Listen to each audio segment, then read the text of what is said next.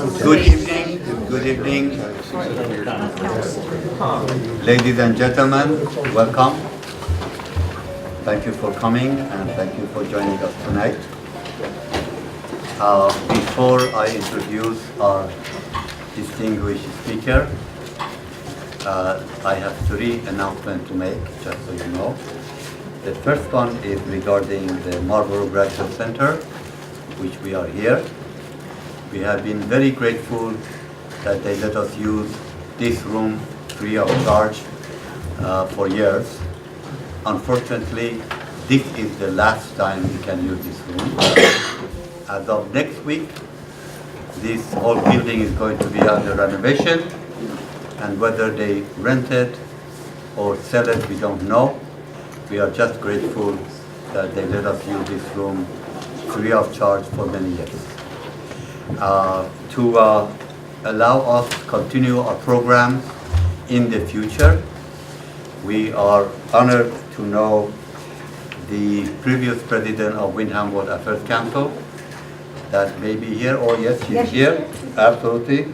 Margot Neal, who is also head of the Center Congregational Church, and she is helping us, Margot is sitting right there, helping us for our next places to have our lectures, and our next lecture or film series would be in that church, March 9th. So please, we thank Margot for arranging that, and many future meetings will be there. My third announcement is on March 3rd, we will have the last film of the... March 9th. CIA has to correct me without... Thank you. FBI and CIA and KGB. March 9th, we are going to have our last film, The Hidden Half. And this is a great film directed by the first Iranian female director, who has become the most powerful person explaining and showing what is happening in that country, where we in the world, in the West, do not really know. So those of you who may have a chance to see that film will know a lot more about that country and the culture. And for some of you who know I am from Iran, know why the hell I am here in this part of the world. With this three announcements, permit me to introduce our handsome and distinguished speaker, Dr. Edward Cameron, for giving us a great lecture on the topic, Brexit and the European Union. Brattleboro became acquainted with Dr. Cameron in October when he spoke on climate risk and resilience at the Brooks Memorial Library. As one of the architects of the Paris Climate Accord, he gave a great lecture on this topic. Dr. Cameron is a specialist in public policy and climate changes. He designs climate strategies for companies and shapes climate policies for government and the UN family. If you missed his lecture at the Brooks Library, the video is on our website, windhamworldaffairscouncil.com. .org. Thank you. Without CIA, FBI, and KGB, I am lost. .org. And please go to our website. You will see, you can watch that. And this lecture that you will hear tonight will also be on the same Windham World Affairs Council.org. Don't forget that. On that one for you or your friends.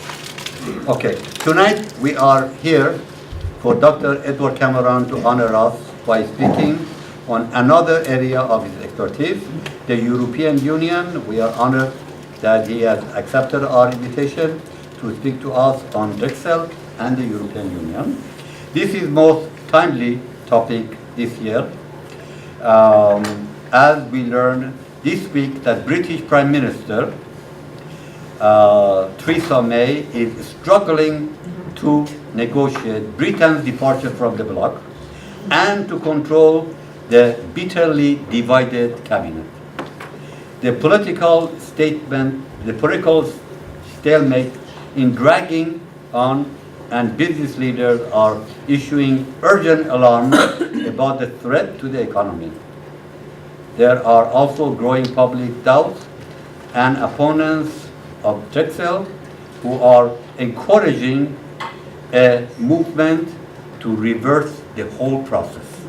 You will hear a lot more from Dr. Cameron.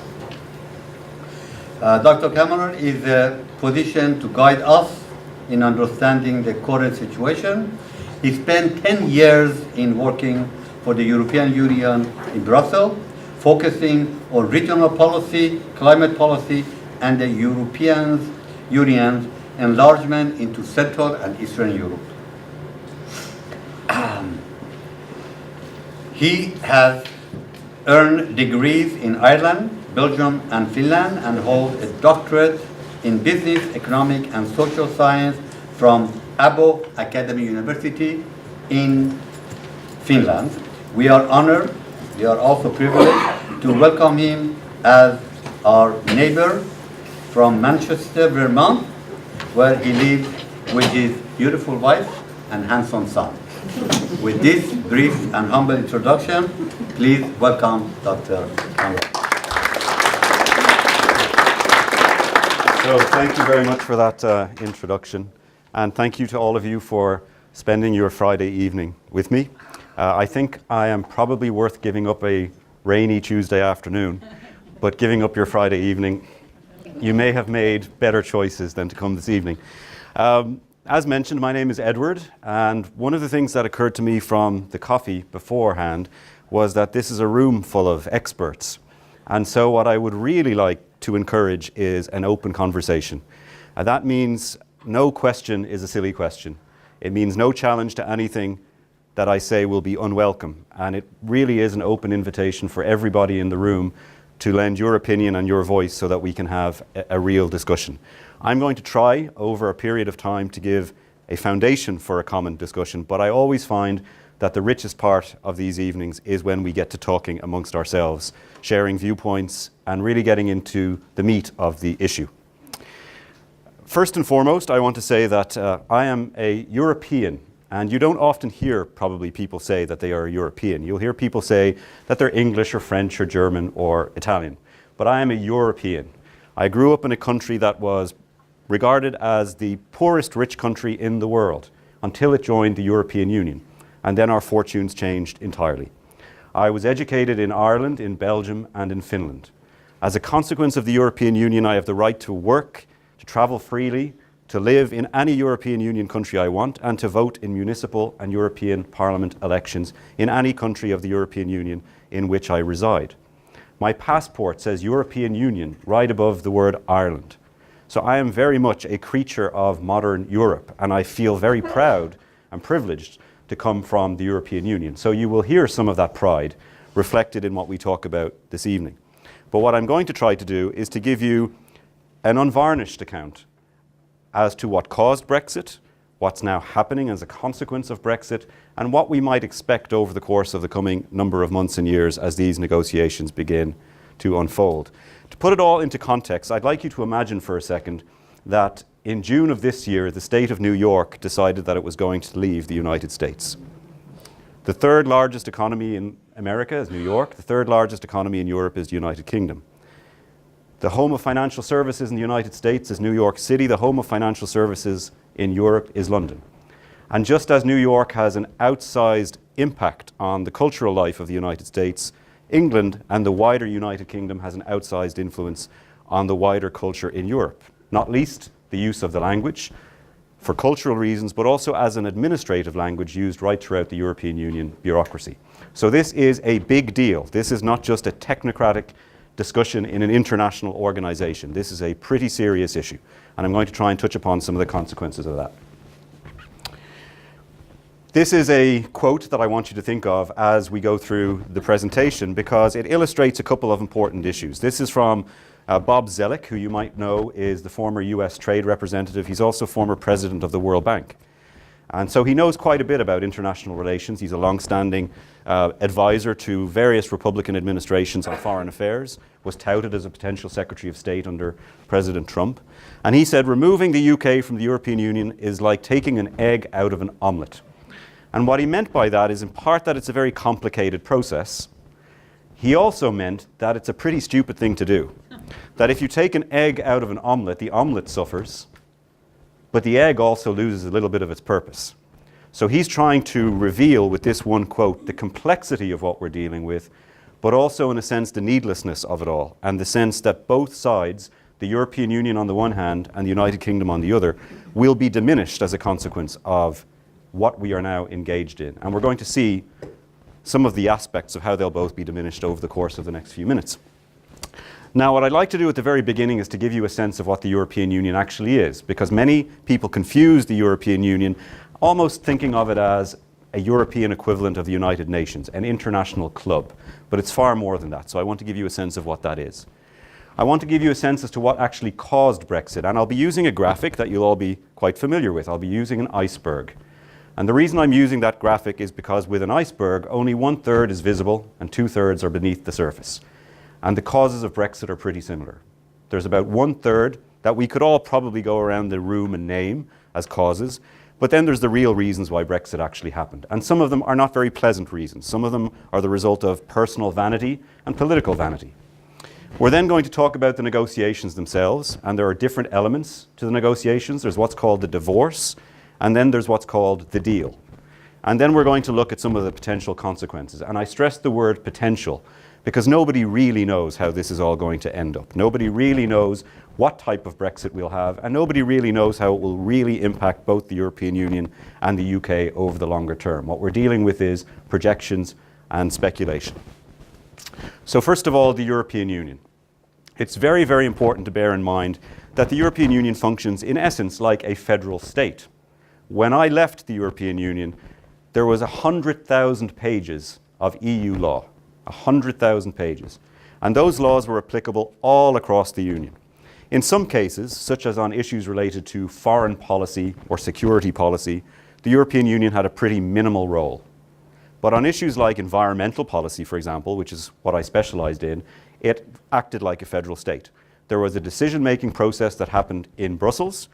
That decision-making process involved European civil servants. It involved a European Parliament, and it involved the representatives of national governments meeting in what's called the European Council. And what was decided between those three institutions became law all across the European Union, just as what is decided in Washington becomes law right across the United States. So similar to the separation that you have here between federal, state, and local, there's a separation in Europe between the European level, the national level, and the subnational level. One of my jobs when I worked for the European Union was to go into municipalities in Eastern Europe and prepare them to join the European Union. And at the time, none of us ever imagined that we would be dealing with somebody running for the exit, because countries right across the continent were always clamoring to enter. The biggest problem facing the European Union at that time was how to accommodate all of the various countries in transition that wanted to join what had started as a club of 6, grew to a club of 9, then 15, and is now today a group of 28, soon to become 27. So we were dealing at that particular moment with very complex law and a huge body of law, more than 100,000 pages. I actually give a 28-hour lecture series on the European Union that deals with decision-making, institutions, theories of integration. You'll be lucky tonight you won't have to hear any of that. But the reason why it takes 28 hours is because this is an organization. This is a quasi-state that is over 60 years in the making. So it's large and it's complex, and it is a daily reality in the lives of every single European right around the continent. Now, what's often forgotten is that there is a very important and noble origin to all of this. And sometimes in conversations about economics or migration and mobility, we lose the essence of why the European Union was created to begin with. And the essence is that during a 30-year period, in the last century, nearly 100 million Europeans died in 2 wars. And those 2 wars were essentially created as a consequence of an inability between the 2 dominant states in continental Europe to live together peacefully, Germany and France. Those same 2 countries had been to war with each other on numerous occasions in the prior century, over a whole host of different types of reasons. I always think of Berlin when I think of the European Union. The photo on top is the Reichstag in Berlin taken in 1945 at the end of the Second World War, and the photo on the bottom is the new Reichstag building, which today is home to German Parliament, designed by Norman Foster and containing this beautiful dome, which is a symbol of transparency and accountability. And what this photo always says to me is that we were dealing with a continent that was coming out of the worst calamity that we know of in human history. Not just death through war, but death through famine, and a history of rivalry and conflict that nothing ever seemed to be able to fix. Here we are, 65, 68 years later, and most of us now in this room would accept that the idea of war between France and Germany is now almost unimaginable. And the reason why it's almost unimaginable is because the architects of the European Union put in place a system of governance that has maintained peace, generated prosperity, created a mechanism for shared decision-making, and a way to resolve conflicts through negotiation, diplomacy, and common decision-making that was not there previously, and is, in my view, the single greatest example of peace and reconciliation in history. And for that reason, the European Union was awarded the Nobel Peace Prize a number of years ago in recognition of that success. Now, other successes have also followed as a consequence of what we've done in Europe, and I want to show you the next slide. This is the current complement of European Union member states. You'll see that it stretches across the whole continent. You'll see that Cyprus is in the wrong position, if you're a student of geography. But all of these countries have joined the European Union for very different reasons. So, for example, the original 6, France, Germany, Belgium, Netherlands, Luxembourg, and Italy, they mostly came together because they wanted to put in place a system of governance that would prevent a third world war. But as time went by, and as the institutions and the foundations of the European Union were created, countries joined for different reasons. So, for example, Denmark, the United Kingdom, and Ireland, they were the first enlargement of the EU that happened in the 1970s, and they joined for economic reasons. At that time, the European Union had evolved from peace and reconciliation into essentially a single market, a competitive marketplace. And the Danes, the British, and the Irish wanted to be part of that thriving marketplace. They had seen the wonder economic miracle that was happening in continental Europe, particularly in Germany. They wanted to be part of that and be able to sell their goods and services into that. Ireland in particular not only wanted a marketplace, but they wanted a way of establishing their sovereignty as opposed to being linked in perpetuity to the United Kingdom. So the Irish wanted to be part of a European identity so that they would not always be compared and contrasted with the United Kingdom. If you fast forward to the next set of enlargements, Spain, Portugal, and Greece, they joined the European Union right as their dictatorships were coming to an end.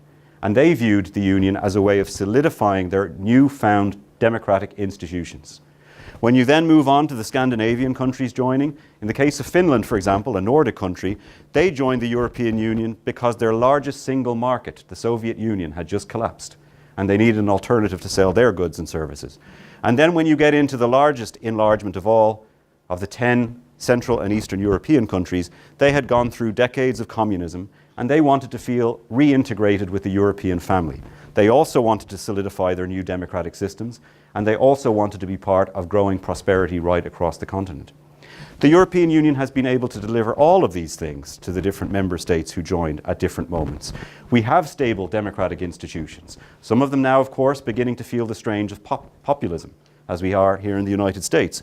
But by and large, the notion of peace, stability, prosperity, democratic accountability, secure democratic institutions, they are real success stories that we've had over the course of the last 65 years. Now, of course, there are also huge challenges, like there is with any political system. The first major challenge is that the founders of the European Union came up with a phrase that they thought would endure, and that phrase was ever closer union. They really saw this as a political project. They envisaged a time where we would have a United States of Europe. But what we found is that national identities endure and are far more robust than people had originally thought. Simply having a flag, a European anthem, and a common European passport is not enough to make people forget that they're British or French or Italian or German. So these national identities have persevered, and in some cases, they've become stronger as a pushback to the notion of an imposed European identity. And you see the rise of nationalism right across the continent again, and you see the rise of nationalist parties, whether it's the Front National in France, or UKIP in the United Kingdom, or the AfD in Germany. Second major challenge to the European Union is something called a democratic deficit. And what that means is most people don't like being ruled by elites. They don't like being ruled by distant bureaucrats who have a lot of power and don't have a lot of accountability over the decisions that they take. And so over the course, in particular, of the last 2 to 3 decades, you see a big pushback amongst the citizenry of Europe who think, why are decisions being made in Brussels as opposed to being made in my national capital or my regional capital? And the European Union has always been extremely slow to address this notion of democratic deficit, and it's now coming back to haunt the EU. They've also overreached on many occasions. They have, for example, put in place mechanisms to encourage integration of economies, but they've gone too quickly to try and integrate political systems and have not taken the temperature of the European population to make sure that they were comfortable with these things before the bureaucrats began to put them in place. And you've seen, for example, various countries such as Ireland, Denmark and France over the years rejecting EU treaties that come before the population in referendums because of that notion of the European Union overreaching. And then finally, something that I saw a lot when I was in Brussels, the tendency of European national governments to blame Brussels for everything that goes wrong and to take credit for themselves for everything that goes right. Every single politician likes to claim success. Every single politician likes to share failure, if not pass it on to someone else. So there is a huge, huge history of passing the deficiencies of globalization, the problems with deindustrialization, passing those problems to Brussels and saying it was all the fault of European civil servants. So that brings us to the issue of Brexit. And what I want to talk about here, if we go to the next slide, is this notion of the tip of the iceberg and then what's really below the surface. And I'm sure many of you will have followed the run-up to the referendum closely, and you will have been following all of the various shifts ever since the referendum happened in 2016. So first and foremost, there were some very visible issues for why the British, and I'll get to what the British actually means just a little bit later because it's a bit more complicated than that, but what the United Kingdom decided to do as a consequence of being faced with an in-out vote on membership of the European Union. The first issue was the notion of sovereignty. The rallying cry of the Leave campaign was take back control.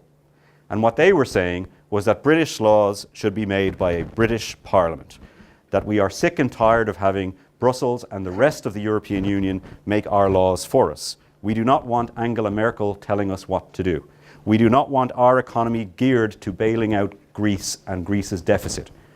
We do not want to be part of a system that imposes rules upon us, many of which we are not in agreement with, and of course an economic philosophy we're often not aligned with. So this issue of sovereignty was extremely important, take back control.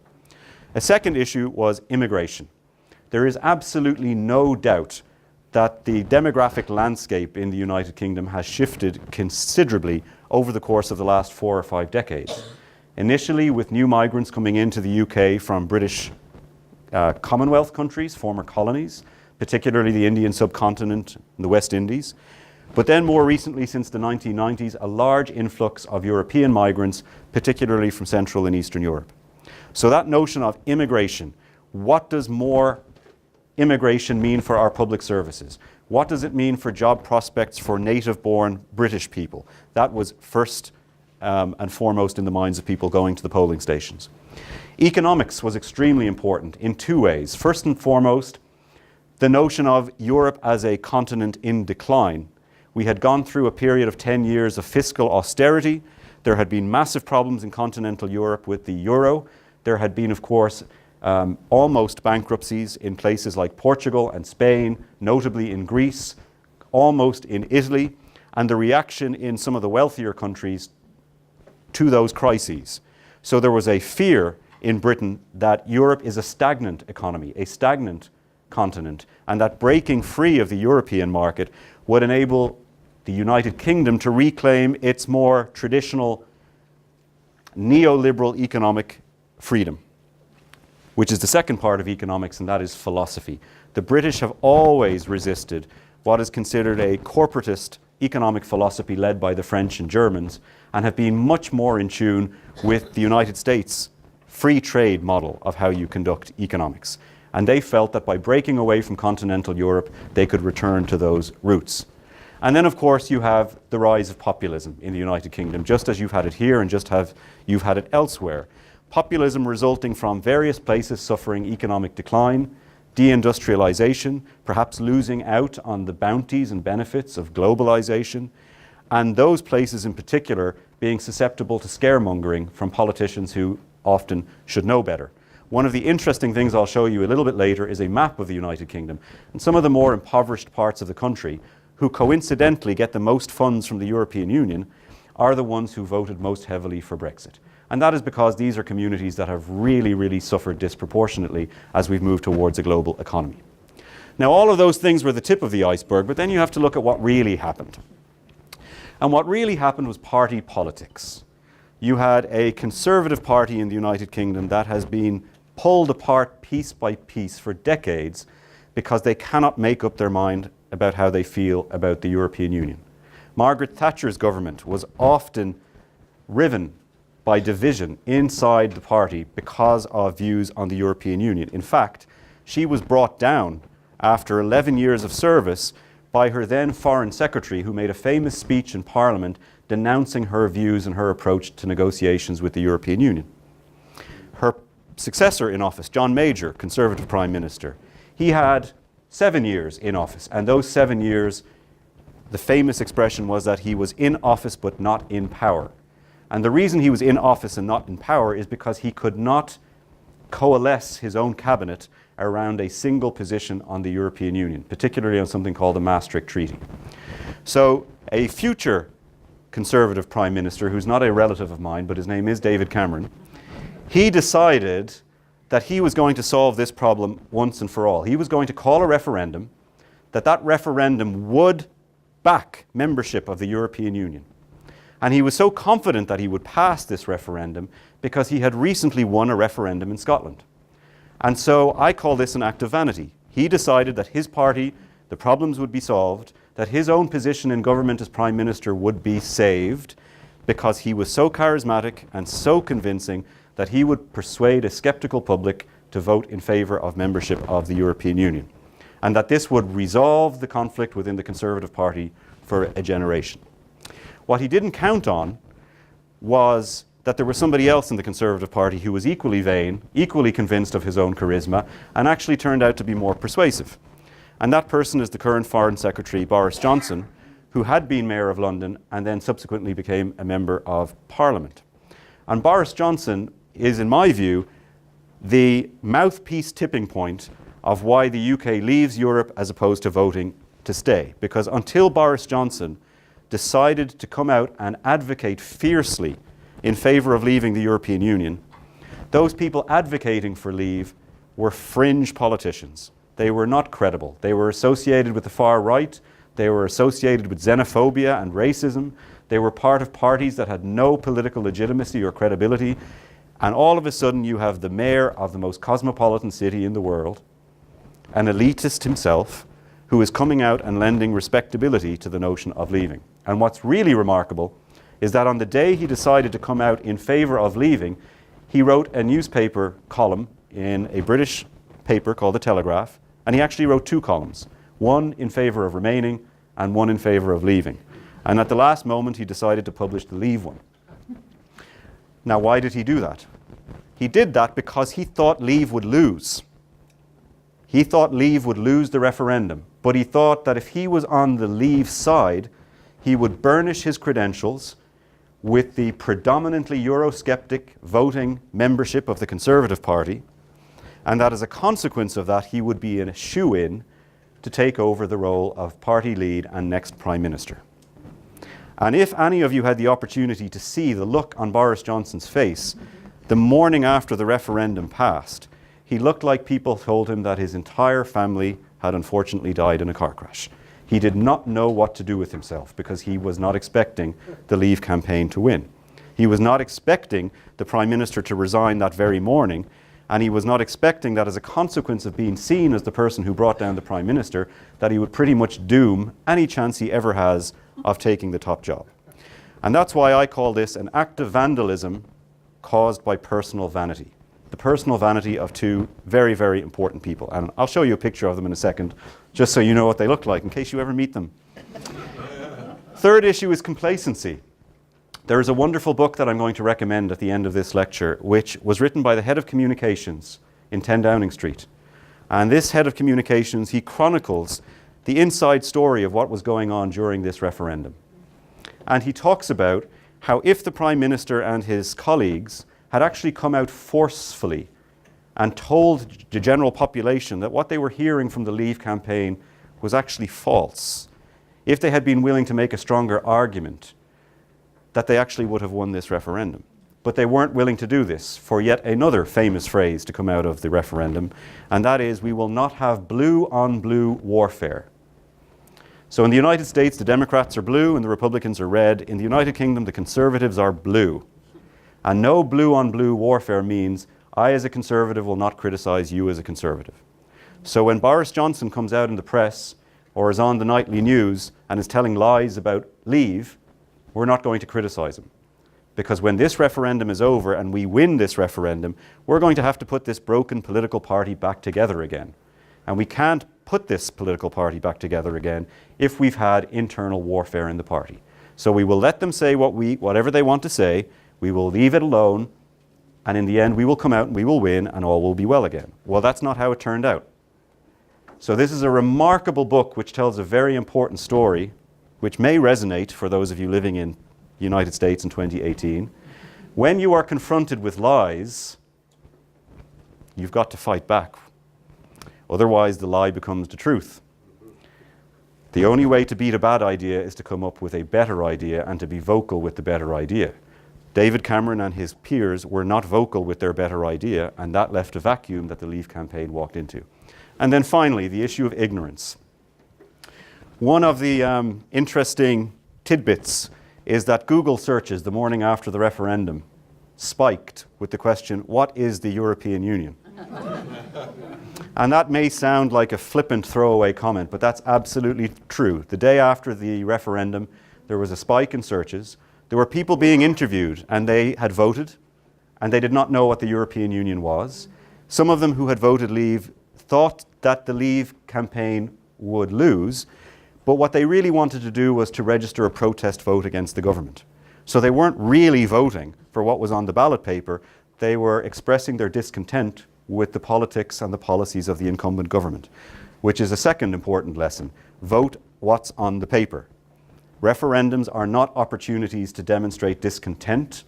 They are very important questions that have generational consequences, and the United Kingdom will now be living with this vote for generations to come.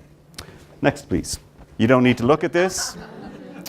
These are our two favourite gentlemen. That's David Cameron on the right and Boris Johnson on the left. They are old friends from university, from Oxbridge, and they both attended Eton.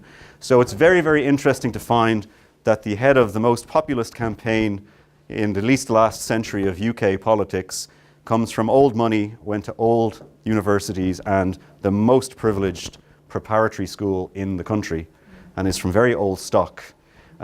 He is now Foreign Secretary, of course. David Cameron, I always find this very, very amusing. David Cameron is now lecturing at various universities on leadership. I personally would not welcome his advice on leadership at this particular point. Next, please. The final thing I want to say about the causes concerns the word manipulation. This is really important because what's on this particular slide are the two most important and most omnipresent advertisements during the referendum campaign. The top left-hand image here is of the Leave battle bus. And this bus was driving around the country, and it was talking about how when the UK leaves the European Union, all the money that we send to Brussels will be repatriated and we will spend it on the National Health Service. Now, in the United Kingdom, the National Health Service is the sacred cow. People care about the National Health Service. I don't know, like people here care about the NFL. I can't describe it, but it's the greatest source of pride that in the depths of despair after the Second World War, when everything had been destroyed, the UK had the common sense and the compassion to create universal healthcare. So every single government, every aspiring government in the UK, in order to be eligible to be elected, they have to promise to protect the National Health Service. So they knew that this was going to resonate. We are going to spend an extra £350 million per week on the National Health Service. Now, of course, not happening. Not happening. And they even disown that this information was ever put out there. But it's not happening. The second important advertisement was this famous one called Breaking Point. And this was where one of the more fringe politicians, who now can be found regularly on Fox News supporting President Trump's policies, his name is Nigel Farage from the UK Independence Party. And he stood in front of this particular poster and he described it as the migrants from continental Europe who will be coming into the UK if we do not leave the European Union. Now, what he forgot to mention was that these are not Europeans and this is not continental Europe. These are in fact poor displaced Syrian refugees pouring over the border into Turkey. But what he was trying to evoke, he was trying to evoke the notion of floods of dark-skinned people coming into the United Kingdom if we don't vote to leave. And so there was not only an element of xenophobia, but an element of racism behind this particular poster, but also, of course, as you can imagine, a huge amount of fear-mongering. Now, what's really disturbing about this, of course, is that even though the UK now is leaving the European Union, the only migration that's affected by that is migration from other European Union member states. Migration from third countries, whether it's British Commonwealth countries or Syrian refugees, that was never an issue to begin with. It is going to continue to be a problem for a United Kingdom post-Brexit. So this was dishonest in all manner of ways. Let me pause there for a moment before we get on to the negotiations. And I'm not going to invite the floor to open. I just want to see if anyone has anything where they're a little bit lost before we move on.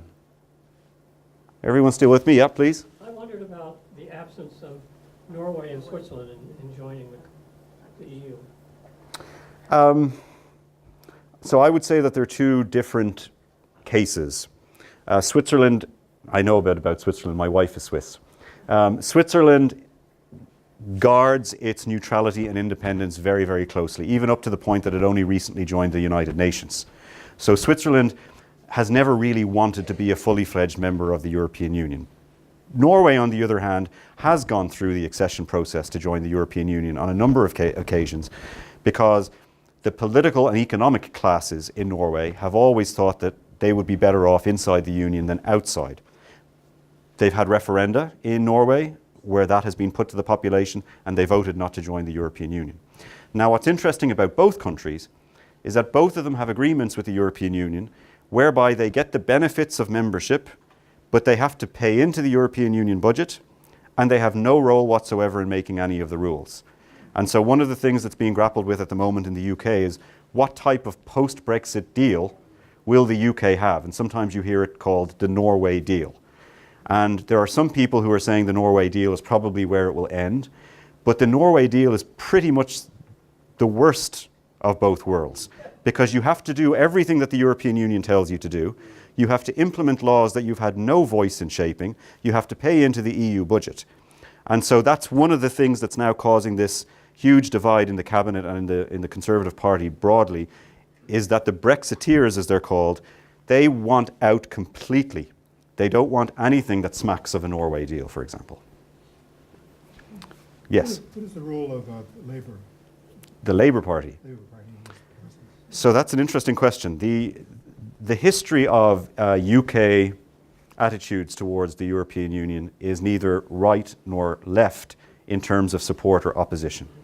So when the UK first joined the European Union in the 1970s, there was also a referendum to see if they should join. And on that occasion, the Labour Party was very sceptical about European integration.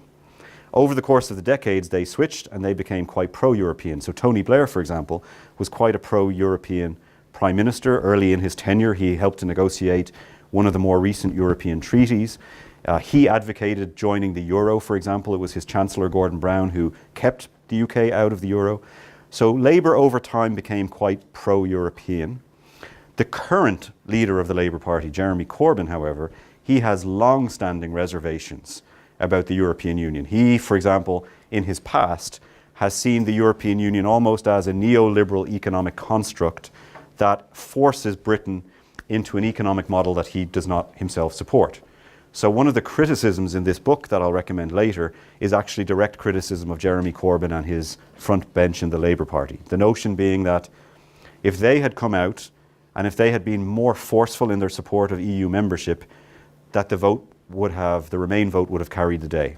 And the reason for that is because many of the constituencies that voted heavily for Leave are traditional Labour strongholds. In the North East, in the West Midlands, very, very strong working class roots typically lean towards Labour, but he was almost absent from the Remain campaign. When he was asked questions about his views, he tended to hedge quite a little bit.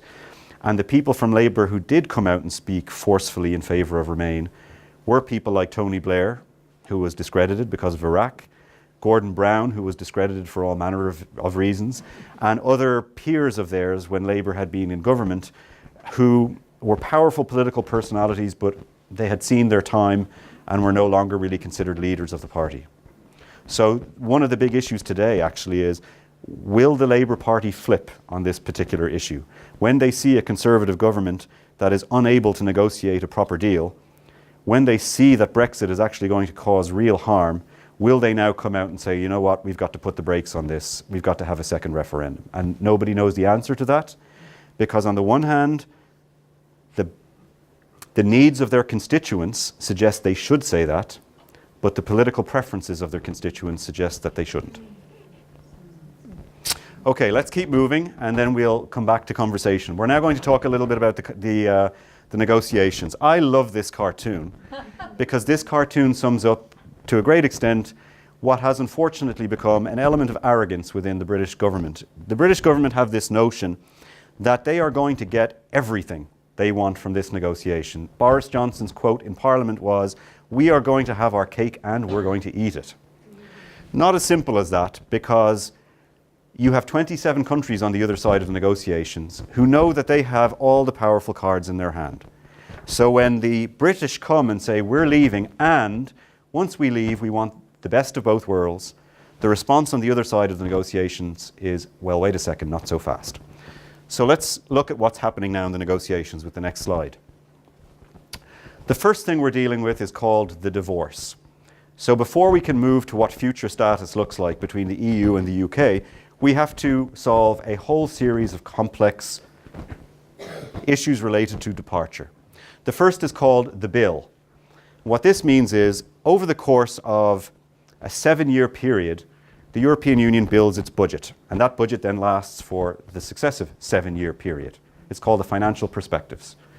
And so the UK has already made various project, programmatic, institutional and other funding commitments to the European Union.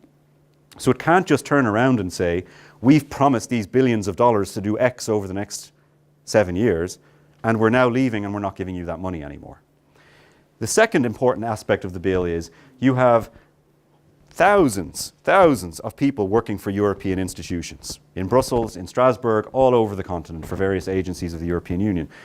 And you've had those people working for the European institutions for many decades. Remember, this is a project that goes back 68 years. And those people have pensions and they have salaries. And so it's not just a question of paying into your 7-year budget.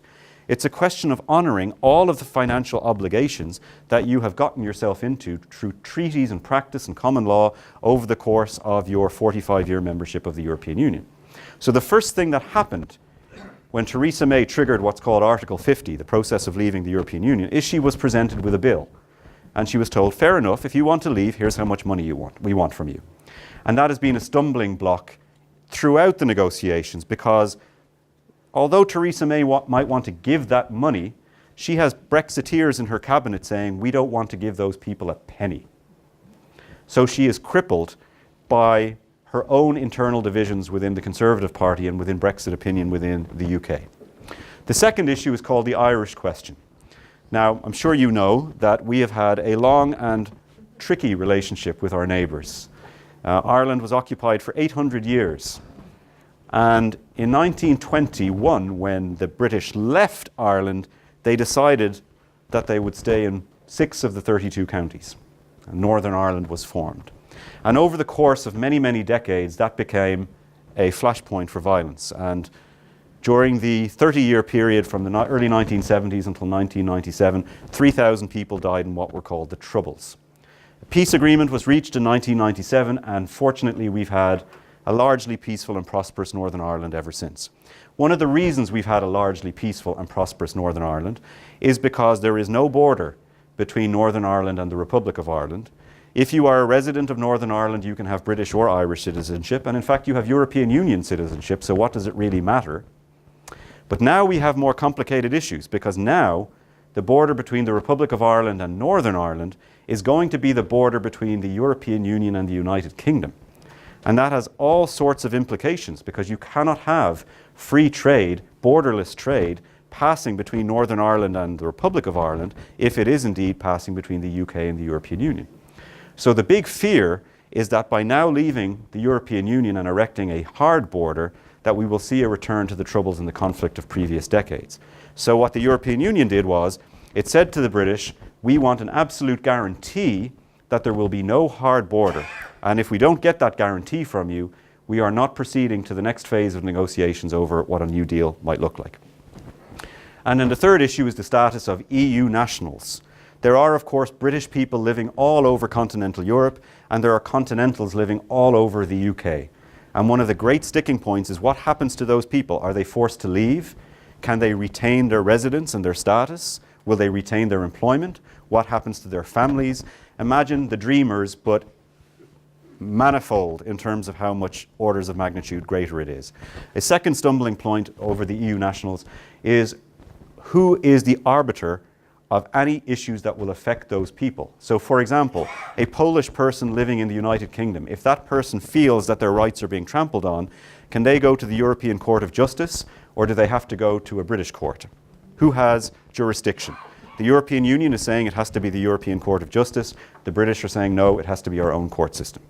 So all of these issues have to be resolved as part of what's called the divorce before we can even get onto the issue of what does a future status and a future relationship look like. That brings us to phase 2. What is the actual deal going to look like once we get the UK actually out of the European Union? What type of deal will we have? Will we have the dream deal as far as the Brexiteers are concerned, which is we get full access to the European market, but we don't pay a penny and we don't have to implement any of your laws? That is an absolute fantasy, but that is a fantasy that is being regularly communicated in the British press, certain aspects of the British press, and in certain corners of the British Conservative Party, that they will be able to secure that. A second potential deal is more of the Norway system, sometimes referred to as a soft Brexit, whereby the United Kingdom retains access to the single market, tariff-free trade, but that as a consequence of securing those rights, it then has to pay into the EU budget, and it has to have what's called regulatory alignment with the European Union. Now that is one of those beautiful euphemisms where one side gets to claim that we're not subject to European Union law, but in fact any law that the European Union passes, we will pass a mirror law in our own parliament. And then the third potential option is something called trade under WTO rules, which basically would treat the United Kingdom like any other third country in the world that the European Union does trade with. It would then have to come up with an independent trade deal with the European Union, which takes a very, very long time. So we don't actually know what that potential future deal might look like. What we do know is that trade deals take really a very, very, very long time. Even under the best circumstances, they take a very long time. Remember, there are 100,000 pages of EU law that need to be sorted through, and there are very complex issues on both sides. So what we now have is something called a transitional phase, which is likely to happen. Under law, the UK is obliged to leave the European Union in 2019, March 2019. And we know that a trade deal to replace the current relationship will not be possible by then. So what's likely to happen is what the Europeans call a transitional deal, what the British call implementation phase, which means we will likely continue with some variation on the current arrangement for a period of years so that more breathing space can be found to work out what the future relationship looks like. Next, please. So what's making all of this very, very complicated? Well, first of all, it's complicated because it's complicated. It is extremely difficult to manage the breakup of a 45-year relationship, and it is extremely difficult to then put in place what are the types of future relationships that we ought to have. The good news is that there is mutual benefit to be had by resolving this amicably. The reality is the European Union does want to keep very sound and solid relationships with the UK for all manner of reasons, economic and otherwise. And the UK absolutely has to keep good relationships with the European Union for reasons that I will get onto in just a second. So there is goodwill on both sides of negotiations, which means there is a good chance that a deal can be made that will be to the benefit of all. But the difficulty in all of this is mostly coming from divisions within the UK government, who are criticised on almost a daily basis. Even today, Angela Merkel was saying that she is, quote, curious to know what the British government position is on all of this, because she feels she cannot get a straight answer from Theresa May on what Theresa May's vision of a future relationship actually looks like.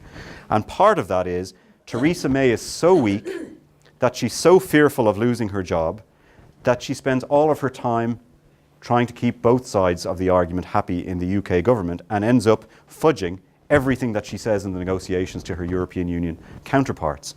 So even today, nobody really knows what the ideal version of events is for the UK government post-March 2019. Second big issue is that there is now real buyer's remorse in the UK. There are many, many people who are using different types of technical provisions within Parliament that are essentially geared towards getting us to the point of having a second referendum. And it's in part because the real damage is now becoming clearer. The real consequences are far more known now than they were before, because we've had a couple of years to study what the potential implications might be. So there is a very substantial body of opinion within Parliament that would like to have a second referendum. What's holding Parliament back is a fear of what will happen to parliamentarians if they go against the popular will as expressed through a referendum.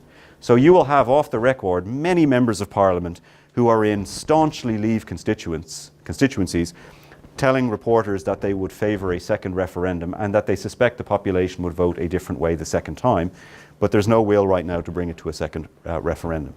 And then the final issue that's making this very, very complicated is on the European Union side, and that is it is in the interests of the European Union to have a good relationship with the UK, but it's also in the interests of the European Union to make it seem very unpalatable to want to leave.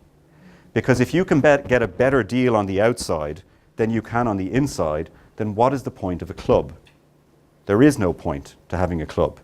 And so one of the constraints for European Union negotiators is they need to send a message to populist politicians in the Netherlands or in Denmark or particularly in France that if you leave the European Union and this project we've created together over 6 decades, there will be damaging consequences for you. And that is a major punitive aspect of these negotiations that we shouldn't forget. Okay, next slide, please. And we'll go through this quickly. Next one, please. First, I want to talk about the consequences for the British side, and then I want to talk about the consequences for the European side. And I want to start with the consequences for the British state itself. This is a very interesting map that breaks down the vote based on different geographic regions within the United Kingdom. And just look for a second at how yellow Scotland looks. Scotland voted overwhelmingly to stay in the European Union. 62% of voters in Scotland voted to remain in the EU. And you might recall that just 2 years prior, Scotland had a referendum on its own independence. And one of the major driving factors of that referendum in Scotland was the notion that Scottish opinion is never listened to in the United Kingdom. That for decades, the Scots had overwhelmingly been voting for centre-left policies and centre-left governments, but they kept being faced with centre-right governments in London. And so the Scots were saying there is no democracy in the United Kingdom if our preferences are never reflected in the government of the day. Here we have Scotland voting overwhelmingly to stay, and we have essentially England, with the largest population, of course, by far, pulling Scotland out of the single market, pulling Scotland out of the European Union, and all of those ramifications for Scottish people and Scottish business. Similarly, in Northern Ireland, you have a problem where you have the re-emergence of sectarian division, because although Northern Ireland voted again overwhelmingly to remain, the vast majority of those Remainers were in the nationalist Catholic community, and the vast majority of Leavers were in the Protestant Unionist community. So again, here you have people in Northern Ireland saying, we want to be part of the European Union, and by the way, we want to be part of a united Ireland, and we're being forced out of both relationships as a consequence, once again, of votes that are taking place on mainland Britain, predominantly in England, of course. So one of the real dangerous consequences of all of this for the United Kingdom as a state is that, of course, it reignites separatist sentiment right across the United Kingdom itself. And I think that if we do end up with a Brexit, whether hard or soft, it will be very, very short order indeed before, for example, Scotland has a second referendum. They will legitimately claim that the conditions on the ground have changed since the last referendum. Indeed, right after the vote to leave the European Union took place, the First Minister of Scotland already announced that the conditions had changed and that she would be in favour of another referendum. So there's a real danger that this vandalism caused by vanity will not just lead to a country leaving the European Union, but that it will lead to the breakup of that very, very same country. Next, please. The second major consequence is on the British economy, of course, and there are all manner of studies that have been conducted over the course of the last 2 years to assess what will happen to the British economy as a consequence of losing its major export market, its major trading party. I don't want to get into all of these studies because you see that they range from organisations that favour Remain to organisations that favour Brexit. And as we've learned over the course of the last few years, people are quite fond of inventing their own facts. However, on the next slide, you will find a leaked assessment from the British government itself. This assessment was leaked last week from the aptly named Department for Exiting the European Union. No euphemism there. So this is the department in the United Kingdom government that's responsible for negotiations, their own assessment. And what they've determined is that 80 billion to 100 billion hole in the public finances will happen over the course of the next 15 years as a consequence of Brexit. They've also estimated a 21% rise in retail prices as a consequence, of course, of European goods and services and products being more expensive because of tariffs and various border controls. And what's really both interesting, but I also think quite tragic, is that the regions that voted most heavily to leave are the regions that are going to be strongly and most damagingly affected. So you will see, for example, here, a blue oval around the northeast of England. It's estimated that they will take a 16% hit to regional economic growth. Now imagine that for a second. If we don't grow by 3% a year, it's considered a sluggish economy. 3% a year growth. We're talking here about 16% fall in growth as a consequence of Brexit.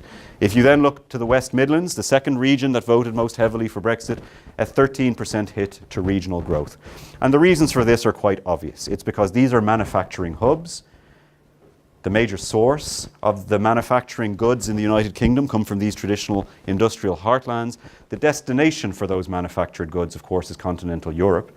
And in addition to that, you have multinationals from around the world, notably from Japan and the United States, who are based in these parts of England because they want to export into continental Europe.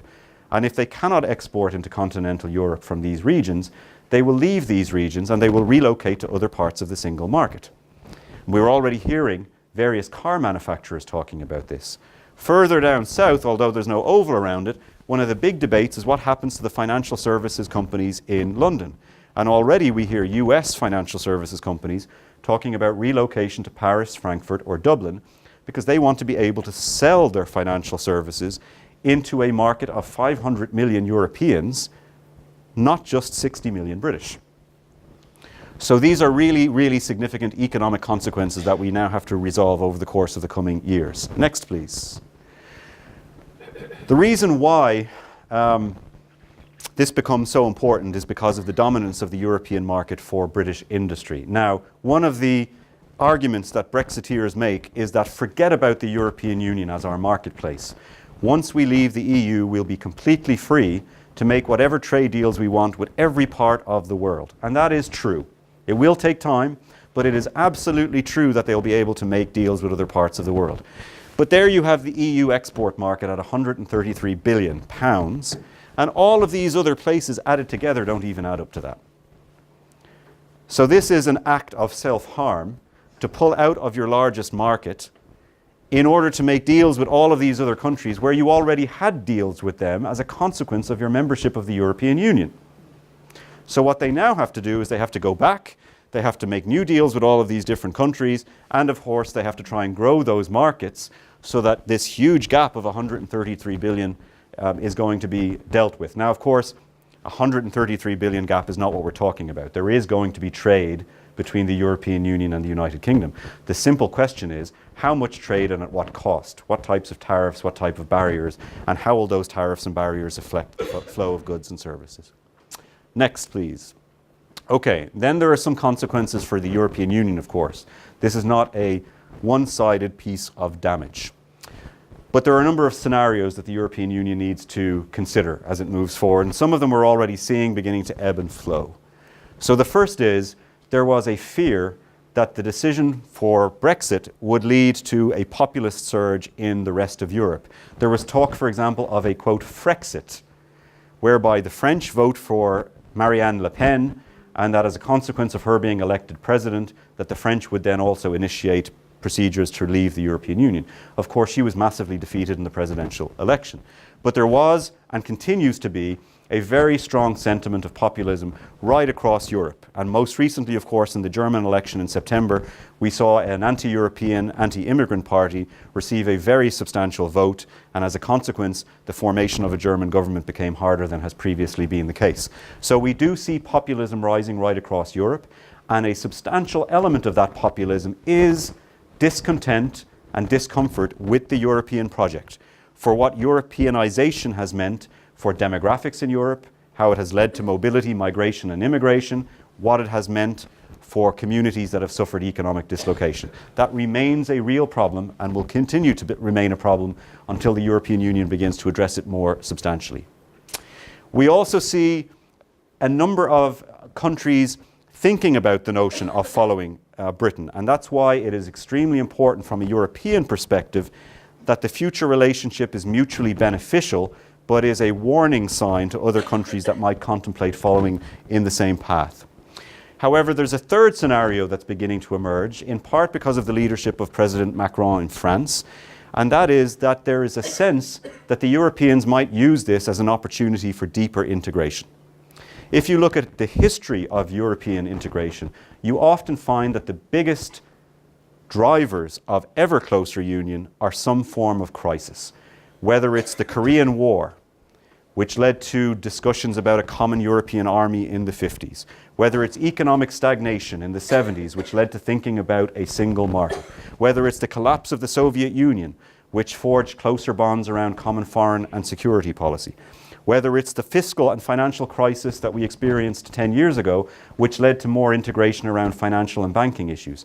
The European Union has a tendency to capitalize on crises to build more cooperative relationships on the continent. And that's very much a scenario in people's minds right now. Next, please.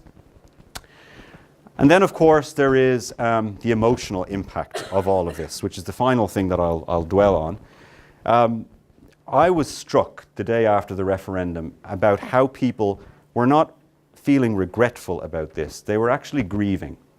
And the reason why they were grieving is because people felt that a critical part of their identity was stolen from them. I mentioned at the very outset that I am a European. And depending on where I am at any given moment, I am a Dubliner, I'm an Irish person, and I am a European. It is very much part and parcel of my identity. And you have a very substantial population in the United Kingdom who now have been told that they're no longer Europeans. and they are grieving that substantially. They're also dealing, of course, with all of these other consequences. You have the Europeans who are extremely rattled by the idea that one of the more powerful and prominent and important members of the Union have decided that their future is better off outside than inside. And what that means for their sense of the project has been absolutely substantial as well. But one important thing to consider, which I think is a lesson worth communicating to a US audience, is that right now we have the process of secession happening in the European Union. And it's a secession process that is going to happen and going to be concluded absolutely peacefully. And that's very unusual in international relations. If you think of countries falling apart all over the world, South Sudan leaving Sudan, East Timor leaving Indonesia, the examples go on and on and on, all the way back to the US Civil War. Normally, when one part leaves, conflict follows. There is absolutely no suggestion that any conflict will follow this. There will be a Brexit, likely. There will be a New Deal of some sort, and all of this will be conducted through diplomacy, in a good spirit of negotiations, and in the search for mutual benefit. And that is perhaps the most illustrative example of why the European Union has been a success and why it is going to continue to be a success even in a moment of heightened crisis. You will not have a war as a consequence of all of this. You will have a trade deal. And hopefully this can be a model for other parts of the world to follow, that when the moment comes where we want to go our separate ways, that it can be done in a way that is peaceful. Finally, next slide, please. I mentioned, for example, that the British are having buyer's remorse. I would not bet my house on Britain leaving the European Union. I do believe that there is enough support, enough understanding of potential damage to suggest that there may still be a second referendum and there may still be an opportunity to revisit this. That will only happen if the politicians show some real leadership and they put what they know to be the interests of their constituents ahead of their own political ambitions. If that actually happens, and I know that it's a rare thing to happen, but if that actually happens, there is every possibility that either an act of parliament would prevent a bad deal from going through and then referring this back to the population for another vote, or some other form of demand will come to revisit this issue. Because once we get real clear evidence that this is going to hit people in their pocketbook, that it's going to hit people's future and schooling and all the rest of it, there will be growing momentum to revisit this particular issue. Next. These are the books that I recommend. If you have your interest sparked and want to think about this, I would highly recommend Unleashing Demons. This is a tremendous book written by the head of the communications team at Downing Street, number 10 Downing Street. He tends to be a little bit fair to his good friend David Cameron, who was his boss in Downing Street, but it is a very, very good read. And these two other books, I think, are very important to understand what happened with Brexit, but also important to understand the growing rise of populism and the Trump phenomena in the United States. Books by Edward Luce, who's a former writer for the Financial Times, and then this wonderful book by David Goodhart that talks about the new divisions in our society, which are not based on ethnicity or race or class, but are based on people who feel cosmopolitan and people who feel very rooted to place. So these are very important books that I think have wider implications for understanding the wider world as we see it today. And then the final slide is simply an invitation for you to now say whatever you want. So thank you very much. I'm just going to count how many hands. One, there's one over there. I'm just going to come to this gentleman first and then come back to you, okay? Please. Well, I mean, first, thank you very much. The parallels with what we're going through here now are astonishing. I didn't realize how closely. But if you follow the news today, with the indictments of the Russian muddling or meddling with our elections and whatever, was there any parallel process going on at the Union at the same time? I mean, the big beneficiary of some of this breakup of the Union would seem obviously to be the current Russian. I have not seen or read anything to suggest that there was a Russian operation in the UK equivalent to what has happened here. There has, however, been substantial evidence of Russian finance flowing in to many of these populist movements right across Europe. So, for example, Marine Le Pen has very close relations with Putin and has been seen and heard in meetings with him on many occasions, and the Front National has received into its bank account substantial transfers of money from institutions and individuals in Russia. So on continental Europe, there is a link between finance and Russia, but I have not seen anything to suggest that there was a similar operation with regard to Brexit. Other than having a name Boris, there's no connection. No. Other than that, please. What about the countries on the sidelines that have been waiting to get in, like Turkey? How does that Wow. affect them? Well, I was just saying earlier that I've been teaching European integration for over 10 years, and the single biggest issue that everybody always wants to talk about is Turkey. I would say the only way that this influences the Turkey situation is that the UK has, for a very long time, been a very strong proponent of enlargement. The feeling being that the more countries you have in the European Union, the less likelihood you have of a centralized superstate. If it was just France and Germany, we would have much closer integration. But if you have 28 countries or beyond, it's going to be a more loose federation. So the UK always felt, let's bring in more countries, and as a consequence we'll have breadth but not depth. In addition, the UK, I think, has always been a proponent of Turkey because of their relationship in NATO, and because of the British feeling that Turkey will be a bridge to other parts of the world that the EU needs to bridge to.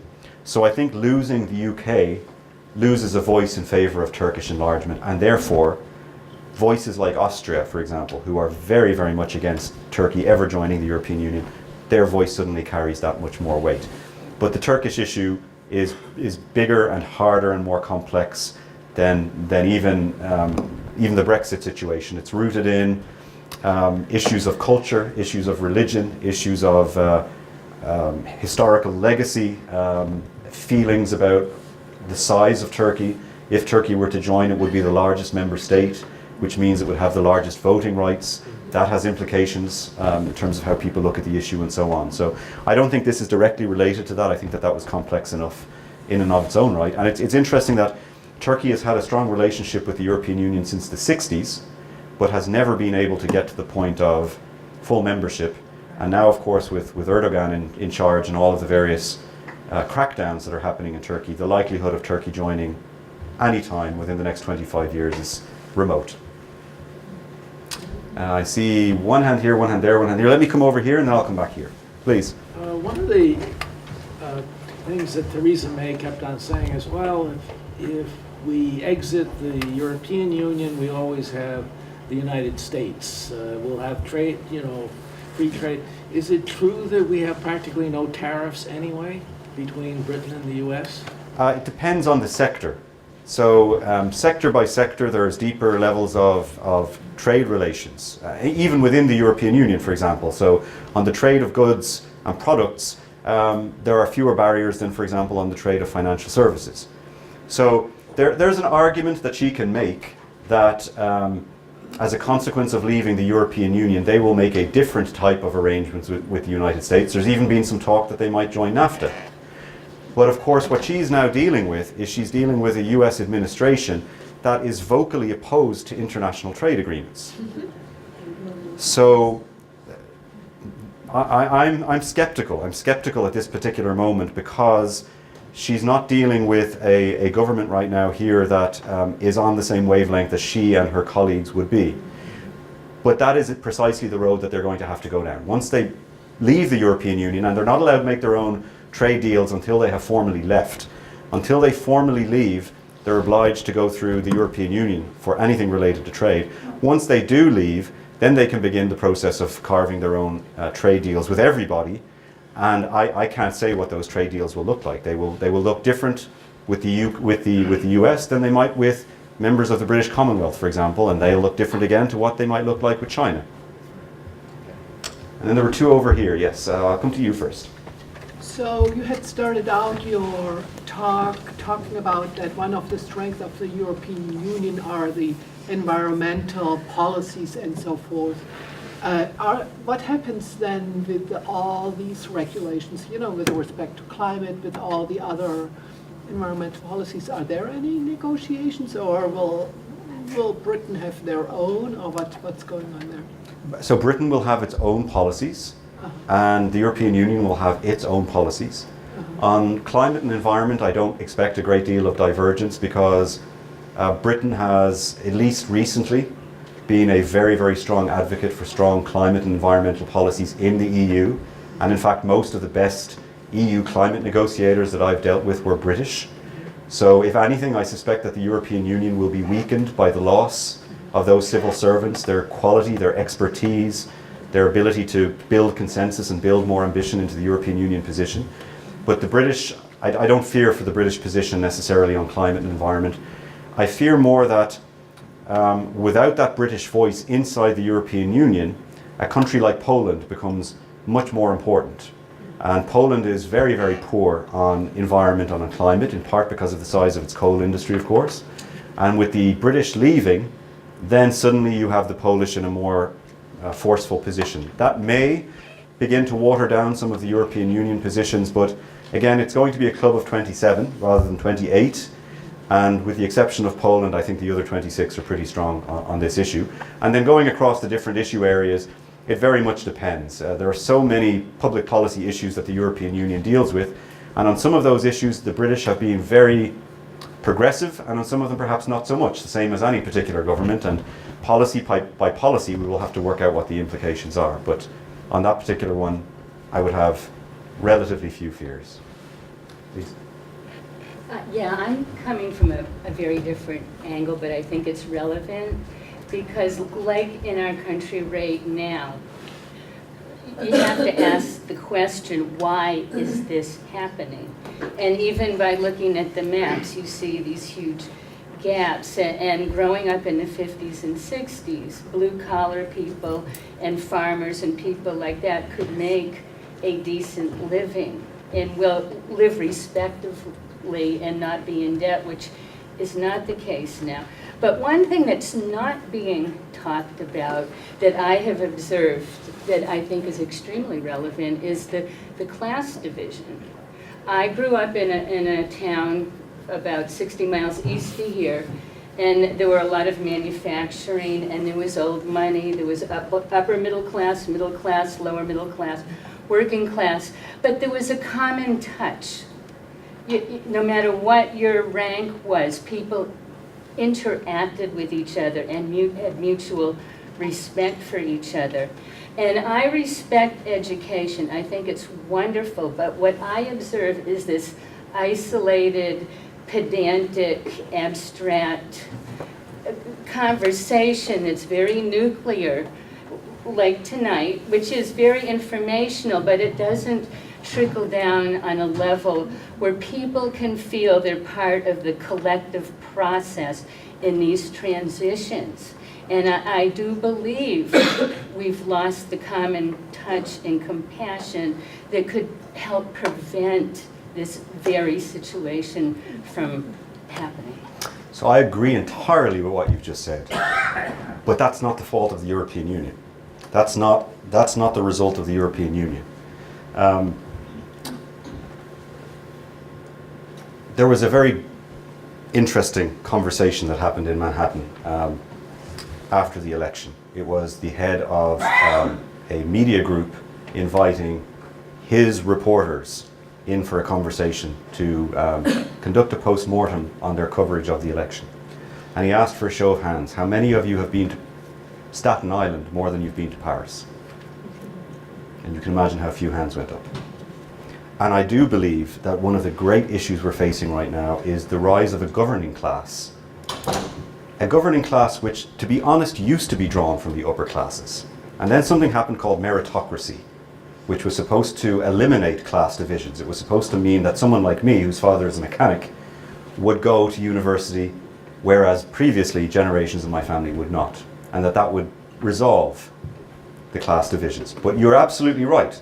The class division of your name or your money or your lineage has been replaced by a class division caused by educational attainment. And that absolutely has to be addressed all over the world. Absolutely. I mean, in Parliament, in the UK right now, you have people who have never had a job beyond politics. And a growing number of those people, they would have clerked for a member of Parliament, they would have worked for a political consultancy, they might have worked for an NGO that lobbied Parliament, and then they became parliamentarians themselves. And these are all people who've gone to Cambridge or Oxford. I worked at the World Bank, and in the World Bank there was this myth that it was the most diverse organization in the world. And it was true based on nationality. I was sitting next to a person from Cameroon and sitting next to someone else from Bhutan. But they all went to the same 5 universities. And they'd all been educated by the same professors, which meant they all had the same philosophy. There was no diversity of thinking, there was just a diversity of nationality. So I think the point that you're making is absolutely true. But I think that that's a problem that goes well beyond this issue. And in fact, what ends up happening is you end up getting to a situation where the elites are beginning to exploit and manipulate some of these people that they claim to be serving. It's not in the interests of the northeast of the United Kingdom to vote to leave the European Union. Just like abolishing the Appellation Commission soon after being elected is not the best way of rewarding the voters of West Virginia. So I'm worried about this exact point, but the unfortunate part is we have an awful lot of people who are willing to exploit this and are willing to take whatever means necessary to capitalize on this very division that you're talking about. But that is because there's less dialogue from different perspectives. People like that know this and Yeah. they work it. They work it, yeah. And that's why it needs to open up on a much broader level. And I don't know how that's going to happen. I really don't, because when you get to a situation, the area that I work on, climate change, is a perfect illustration of this. If you get your news from Fox, you're not going to consider climate change to be an issue worth thinking about, because you're not going to be exposed to that issue. And we are becoming ever more siloed and ever more nuclear because we are moving to live side by side with people who agree with us. We are only talking to people who agree with us. We're only getting our news from people who have the same perspective as we have. That has absolutely got to change, but that is an issue, I think, of not just a common touch as you described it, but I would call that an issue of political courage. You've got to be willing to go out and make an argument and have people disagree with you. And it's just far easier to stay in your bubble, especially this country is the worst example of that. You don't have to fear a general election in this country, you have to fear a primary. So what is your incentive to go out and persuade people who disagree with you? What is your incentive to go out and change your mind by listening to people who disagree with you? There's no incentive. I'm going to come to, let me see hands. Yes, please, sir. I see more over there. Okay, please. Because it's my perspective that the politicians, generally the politicians, and particularly a large number of politicians in Washington, are working for money. They're not working for they're in the pay of this and that and the other, and that's why so many horrendous things take place all the way across the scale. And there is no political will, because you are making sure that you have enough money to win an election, and you can buy what you need to. And I wonder, is that always been the case? I mean, way back it was the kings and the queens, and then now you're talking about the intellectual elite. But that's the nature of the human animal, is money and power. And is that the way it is all the way across Britain? And I don't believe so. I would hate to suggest that all political systems are the same. I don't think they are. I think the UK has a greater degree of democratic accountability than, for example, the federal level in the United States. The incumbency level is far lower. The competitiveness of constituencies is far higher. There is much more of a need to go out and win support from people who might not have voted for you last time. The media is far less siloed, and there are stronger restrictions. I would say the public broadcaster is very, very important. Similar to the NHS, the public broadcaster in the UK, the BBC, is still regarded as a balanced arbiter of opinion. So you don't have the Liberals going to MSNBC and the Conservatives going to Fox to the same extent. There are problems with the system in the UK. The voting system is a majority voting system, so you might be elected to Parliament but only win maybe 30% of the vote because your opponent split the rest of the vote. That, to me, is still a problem, whereas in Ireland, where I come from, we have a system called proportional representation, which means that you go on voting until somebody gets over 50% and then they're elected, and that means that even if you didn't consider them your number one candidate, they're still going to reflect some of your preference. Now contrast that to the United States, which I've lived here for 10 years, so that gives me some license to say what I really think about it. Our colleague over here mentioned Russia a few minutes ago, and I don't doubt for a second that Russia is an important topic that we should be talking about. But I have a very strong sense that Americans want to talk about the harm that Russia has caused on American democracy, because Americans are frightened to talk about the harm that Americans have caused to American democracy. Yeah. Whether it's repealing the Voting Rights Act, whether it's redistricting, which in another part of the world would be called gerrymandering, there is no basis for politicians to draw their own constituencies. Voters pick politicians. Politicians don't pick voters, unless they're here. In any other part of the world, Paul Ryan getting $500,000 into his campaign 1 week after passing the tax bill, that would be called corruption. Here it's called campaign financing. So this is, I think that this country is in serious problems because of harm created here. Yes. Yes. And if you look at voter turnout, and if you look at millennial voter turnout in particular, it is a massive problem that needs to be resolved. There are other problems in other political systems. I've never encountered a perfect political system, and I've worked all over the world. But this is a political system that causes me grave concern. Can I just add something? Through growing up, like I say, in the 50s and 60s, the news, no matter what the subject, they were always required to present both sides. And then when Reagan got into office, they obliterated that requirement. And that's why now, right, our news can be very biased and people can pick what they want. And it would be great if that was reintroduced, I think. Just, yeah. Yep. I see hands up here, but I also saw there was a hand back here first, please. Yes, please. I would not like to make I appreciate your work, and I would not like to get into in politics of what's happening in Europe, but I was with her perhaps through the Sagebrush Rebellion with Ronald Reagan coming into power, and the transformation of American liberalism, which now is used with quotes. It seems somewhat analogous with now the Northeast perhaps not welcoming the Appalachian into its arms as politically. Similar historical process, not to make light of the situation. The Sagebrush Rebellion. Okay. You had a question? Yeah. It's kind of a question, but it's more of a statement. Yes. I see like a trend in this Brexit. I feel like the history is repeating itself, which is very sad and ironic because of the, the history. British colonized most of the Middle East in the past, fearing from the Russians, from the communists.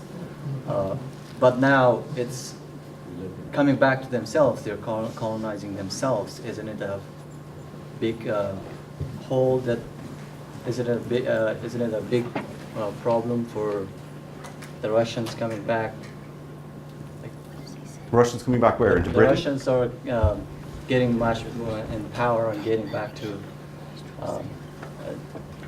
destabilizing British. I mean, again, similar to the response I gave earlier, I don't see much evidence that Brexit was caused as a consequence of Russia.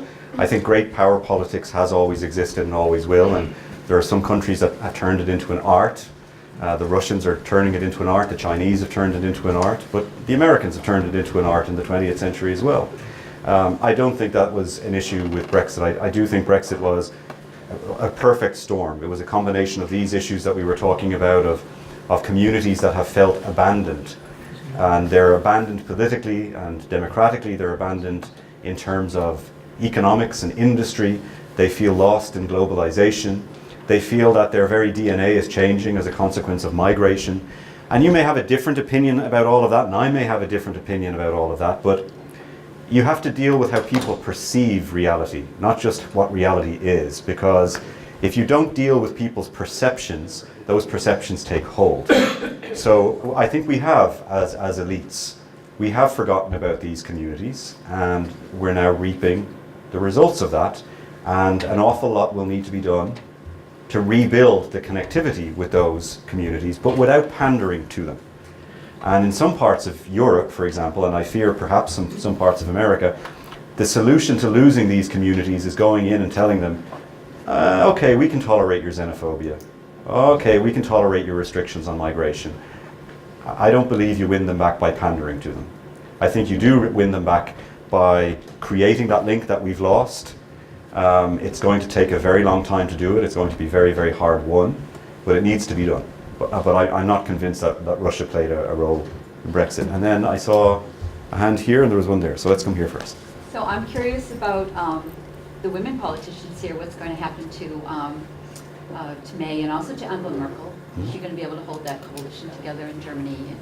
And is May going to survive this? So such a divided parliament? the way May is always described is that she is too weak to fire.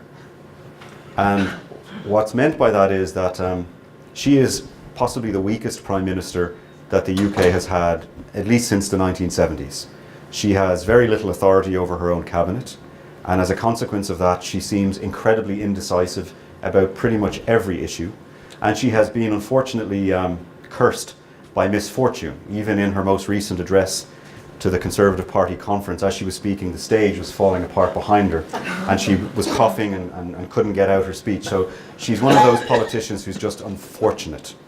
But the reason why she will likely remain is because both sides, the Remain people in the Conservative Party and the Brexit people in the Conservative Party, they fear what might happen if she goes. The Remain people fear that she will be replaced by someone who is a hard Brexiteer and who will push to the limits of leaving, and as a consequence seriously damage the economy. And the Brexiteers fear that she will be replaced by a Remainer who might actually put the brakes on Brexit entirely. So because there are two dominant factions within the Conservative Party, and she's largely inoffensive to both, she's likely to remain in position.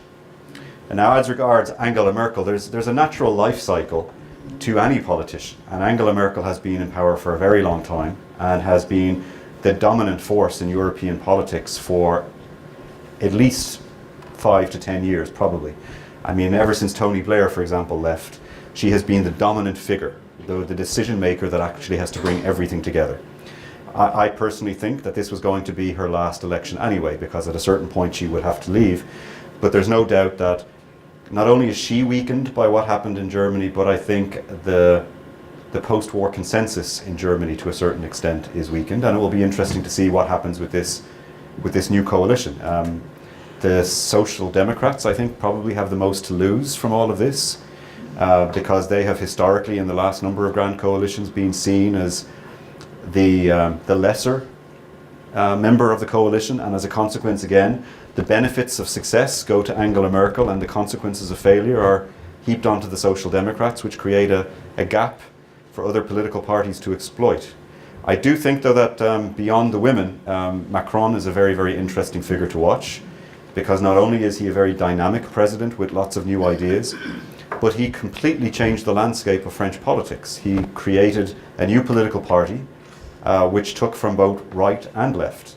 And as a consequence, for the first time in a generation, France has a chance to reform and correct some of the problems in its own country and its own economy. So beyond those women, I think there are pockets of leadership in Europe to keep an eye on. I saw a hand here, and then I'll come back there. Please. So this goes back to the financing of elections. How are elections in Great Britain financed? I don't know the specifics of this, I'm afraid, so I can't answer in detail. I know that there are centralized finance that come from the political parties to support candidates. Labour, for example, historically is financed through the trade union movement. So whichever the union happens to be, whether it's for low-income workers, transport workers, miners, etc., they pay union dues into the Labour Party. The Conservative Party is more historically financed by big business and wealthy individuals. So that divide has been there in terms of how they've generated their finance, but I don't really know the specifics of, for example, whether there are individual caps. I don't know if anyone else in the room knows the answer to that. No, but the campaigns are quite short. That's right. That's right. Yeah. So there isn't the opportunity. That's right. Yeah. Is there a time limit? Well, in order for an election to happen, the Prime Minister of the day has to call, it used to be that the Prime Minister of the day has to ask the Queen to dissolve Parliament. And usually that would initiate a campaign of about 6 weeks. They're very rarely more than 6 weeks. I believe the law was changed about 8 years ago, and now we have full parliaments in the UK. And that takes the power away from the Prime Minister to ask the Queen to dissolve the Parliament. It's supposed to now run a full 5-year term and then dissolves automatically. So the campaigns, first and foremost, are very, very short. But second of all, there's a longer cycle between elections. Whereas here, of course, you're constantly in electioneering mode. And you know, I spend a lot of time in Washington, and members of Congress are quite open about how much time they spend every single day on fundraising. That same pressure doesn't happen in European systems, to be on the phone to your donors every day. Just doesn't happen. Yes, please. So could you go back to the beginnings for a little bit and say a few more words about how what became the EU got started and what the vision was of what this was going to do? Yeah, so the way it started was immediately after the war, it was actually Churchill who called for a United States of Europe. Conveniently, he wanted the Continentals to join together with the British on the outside looking in, of course. But he called for that, and in part because he was legitimately tired of seeing the UK pulled into continental wars. And then in 1950, it was actually the 9th of May 1950, the French foreign minister at the time, someone called Schuman, he issued something that became known as the Schuman Declaration. And it proposed that the French and the Germans would put complete control over their coal and steel production under the authority of one common system of governance. And the reason for that was because at the time coal and steel were the essential raw materials needed to wage war. So the feeling was, if there's a common high authority representing French and German opinion responsible for these strategic resources, then likelihood of war happening between us and the resources being used to that end will be more slim. The Benelux countries, Belgium, Netherlands, Luxembourg, saw this, the Italians saw this, and they saw the formation of an embryonic European organization. They wanted in. And over the course of the next 7 years or so, they began to discuss, well, what would happen if we were to have a common authority over more aspects of our economy? And based on that, they created something called the Treaty of Rome in 1957. And this created the European Economic Community.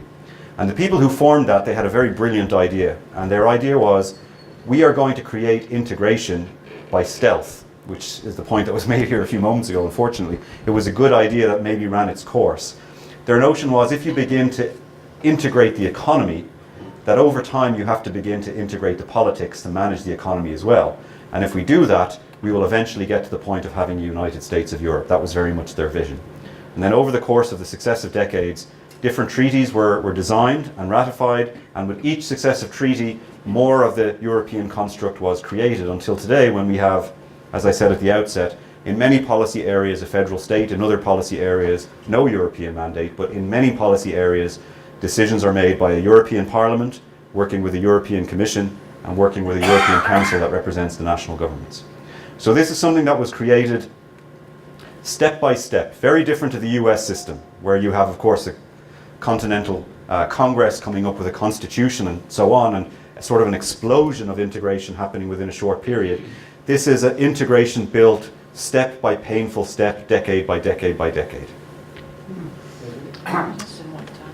Yes. Oh, sorry, go ahead. You haven't spoken yet. Has the Queen made any recommendations?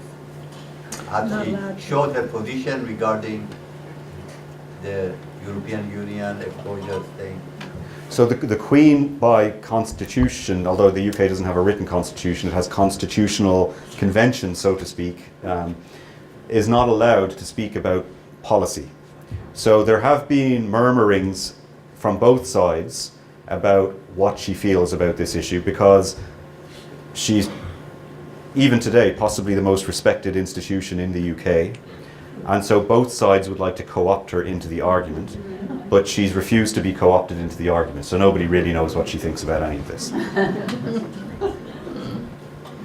Please. Correct me if I'm mistaken, but the euro is the euro in Europe and Ireland and so forth, but Britain goes by the pound, Yeah. right? Has never. So if you're coming over from France, you need to change your euros into pounds. And where does the pound play? Isn't that the precursor of breakfast, of Brexit, that the British never really fully? So the euro emerged.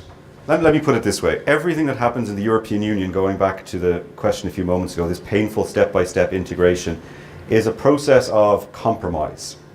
So the French say to the Germans, we will give you support for your industry if you give us support for our agriculture.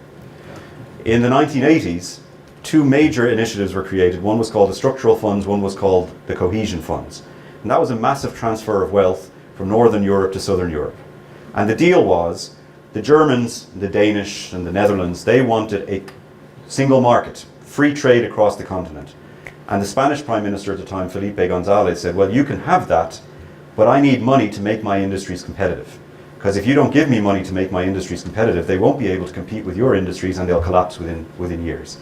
So they created the structural funds, and out of that, all over Ireland, all over Spain, Portugal, when you're driving down a highway, when you're at a regional technical college, a college like this one, you'll see signs that saying this project was part funded by the European Union, because there was a massive transfer of wealth to enable that single market to function. And so in 1992, something was created called the Maastricht Treaty, which said, in order to have a fully functioning market, we really have to have a common currency. We're wasting far too much money changing Deutschmarks into francs and changing francs into lira and so on and so forth. So the only way to eliminate those problems, and they're in fact non-tariff barriers, is to have a single currency. So they negotiated a single currency, but three countries, Sweden, Denmark and the UK, they said we don't want any part of this single currency. And we'll only allow you to go ahead with it if you give us an opt-out. So the European Union agreed to an opt-out. Britain, Sweden and Denmark were allowed to keep their own currency. The rest of Europe adopted the euro, but more than that, they adopted a provision that says any country that joins the European Union in future also has to adopt the euro. So no other country can now come in and say we want to keep our own currency. They have to adopt the euro once they come in. But the UK at the time, not only on the euro but on other social provisions, for example, received some opt-outs so that they wouldn't veto the euro project. So that euro issue is more of an illustration that the British have always been reluctant partners. The rest of Europe, they saw integration as political. They saw it really as tying together the fibres of different countries. To Britain, integration was always, let's build a free trade area. We don't really want more than that. We'll go along with some of what you want if you force us to, because we want that single market so much. But they were never really fully fledged participants in the same way that, let's say, the French and the Germans are. In part because, again, they don't have the same history. They've always had the channel between continental Europe and the UK. They've had a very, very different historical legacy, let's say. Sorry, I saw another hand right over here, please. This is a little off the subject, but why do you think, or what are the reasons why Serbia may get into the EU before Bosnia and Herzegovina? I don't know the answer to that. I'm sorry. Typically what happens in previous enlargements is that somebody has a champion. So for example, most of the European Union did not want Cyprus to join the European Union because of the conflict. And the provision was we really cannot consider Cyprus joining until that conflict was resolved. But Cyprus had a champion in Greece. And as a consequence of having that champion, they were able to negotiate and navigate the accession process. And similarly, if you look across Eastern Europe, there was always a champion for those individual countries to come on board. But so it could be that there's a greater champion for Serbia than there is for Bosnia, but I really don't know. I think that's true. I mean, but one problem I have with because I actually have tremendous respect for the idea that these countries have come together, and just what you said, you know, as a way to live together. You know, I mean, we all need to learn from that. But I also see these countries coming in, Croatia and Serbia, as being major violators of human rights and not in compliance with what they're being asked to do to get into the EU. But that's always being looked aside. They're clearly turning their head. You know, Croatia did not comply with most of what it was required to do to get into the EU, but it got there. Serbia is not complying with anything they're asking them, but they're moving up the ladder towards ascension. Bosnia's hopeless, but they at least are the only of those three countries that think of themselves as European. You know, the other two countries are really nationalist countries. They're not going to, you know, I don't think they, in a global way, not maybe individuals, but they don't think of themselves as European. Yet this drive to fill the hole in the map, so to speak, in the EU seems that it may eventually defeat what it's trying to accomplish. I don't think that it's a drive to fill a hole in the map. I think there are always political reasons as well as the technical reasons. So as I said at the outset, it was originally my job to go into Eastern Europe and help prepare these countries to join the European Union. And at that time, for example, everybody knew that Poland wasn't ready to join. Everybody knew that in order to join the euro, Greece and Italy had cooked their books, that the accounting and the budgeting wasn't done properly, and that by any normal technical standard, neither Greece nor Italy should have been allowed to join the euro, not the European Union, the euro, because there were very specific criteria to determine what your economy's shape should be in order to be part of the euro. And those criteria were overlooked. And the reason why they were overlooked, and the reason why this is probably an issue, is because politics comes into the equation far more than the technical criteria. So there will be political reasons behind the scenes, whether it's a champion, whether it's geopolitical issues, but there will be things there that will determine who comes at what pace as opposed to who else. So for example, there's a lot of conversation about Ukraine and the accession process that might be in place with Ukraine. There's very little conversation about other post-Soviet republics, and the reason for that is because of the geopolitical importance of Ukraine as a country. So these things all, I don't think that, however, that's politics. That's the standard politics of any political system. So I don't necessarily agree that it's fair to characterize it as they're turning a blind eye to human rights abuses, because again, I don't think any country can really. That's politics. Well, I don't know of any country that has its hands clean on every issue. I really don't. So what I'm saying is, I'm sure the European Union is overlooking certain things in Serbia, just like they overlooked budgeting problems in Greece and environmental concerns in Poland. But that is politics. There is another reason behind the scenes why they're willing to overlook that and press ahead. Thank you. Please. Can I ask you if there isn't a real concern in the British government about Scotland leaving as soon as they possibly can as a result of Brexit? I mean, that would be a huge loss for the United Kingdom, it would seem to me. Yes, is the simple answer. I mean, there was a referendum in Scotland a number of years ago. It was pretty close. And it was pretty close. And it was very close right up until the vote. And ended up being a little bit wider margin than they had actually anticipated in the polling. But I think there's a very, very strong likelihood that there will be a second referendum. Now, there is an argument to be made that the independence campaigners in Scotland are going to get themselves tied in knots if they have a second referendum, because in the first independence referendum they said that they could leave the United Kingdom and maintain all trading relationships with the rest of the UK. So they were sort of Brexiteers long before there were Brexiteers. They were having their cake and eating it too. And so if there is another independence referendum, their argument will be, we want to stay part of the European Union and you've pulled us out of it, but we also want to maintain seamless trading relationships with England. So they're also going to be in a position where the arguments that they want to make are going to be on very, very thin ice. But there's no doubt that the original narrative that they had, which is that they are a nation that does not rule itself because the decisions that affect them are made in London, that argument has been substantially bolstered by this, and that alone provides the legitimacy for a second referendum. Please. Well, if Scotland does leave the UK, would the EU accept them? So there's two things. The first is the European Union is very frightened of regional secession. Catalonia, Flanders in Belgium, and many other examples. So if you were to talk to the Spanish government, the Spanish government's immediate response would be, if Scotland wants to leave the UK, they're on their own, because they don't want to give any separatist constituent anywhere in Europe the notion that you can leave your member state and then quickly get back into the European Union. So that's one body of thought. The other body of thought, of course, is if Scotland left the UK, they would be an independent country. And they would then participate in an accession process the way any other independent country is invited to do. Now, in the case of countries like Poland and the Czech Republic, their accession process was relatively seamless and relatively brief. In the case of Turkey, Turkey have been negotiating accession since the 1960s. So would Scotland be fast-tracked, or would it be put into a perpetual negotiation to join? Nobody knows the answer to that. Please. Actually, I have a request to go back to the previous slide so I can take a picture of it and make sure that the library has these books so that people want to pursue this.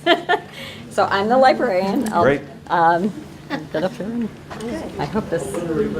All righty then. I'll be looking for you. Okay. I think we're 5 minutes before the end, so does anybody have any burning? Yes, there's one here. One second to see if anyone who hasn't spoken has a question. No, sir. Is the transatlantic trade partnership, is that a dead letter now? I think what's likely to happen is that both the British and the European Union negotiators are so preoccupied with managing this particular issue that other issues seem less urgent and therefore will receive less attention. I don't think that means it's a dead letter. I just mean it's very, very difficult to mobilize the political capital and attention you need for that when you're dealing with this issue, which is so monumental. Ah, okay. Sorry.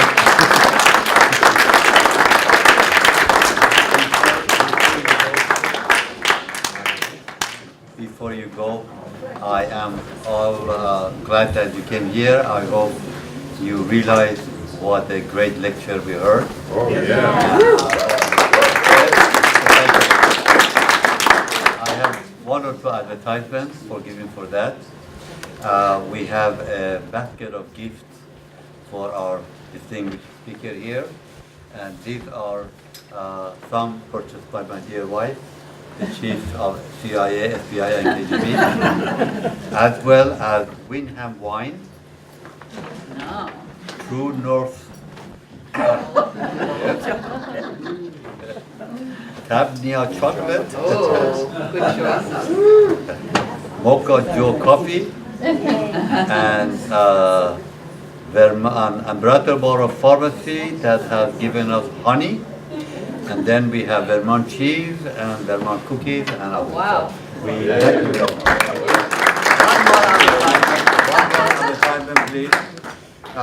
We are an organization run by a board. I am the chairman of the board, and we have many of our board members here, Mrs. Shaul and many others, Javed Choudhury, who have been helping to organize these social lectures and gatherings. And we are on the board 2 to 3 years. We are open to new members, people who would like to participate, to help us organize, develop, and number of things that we do to keep this organization, which is 54 years old, to continue.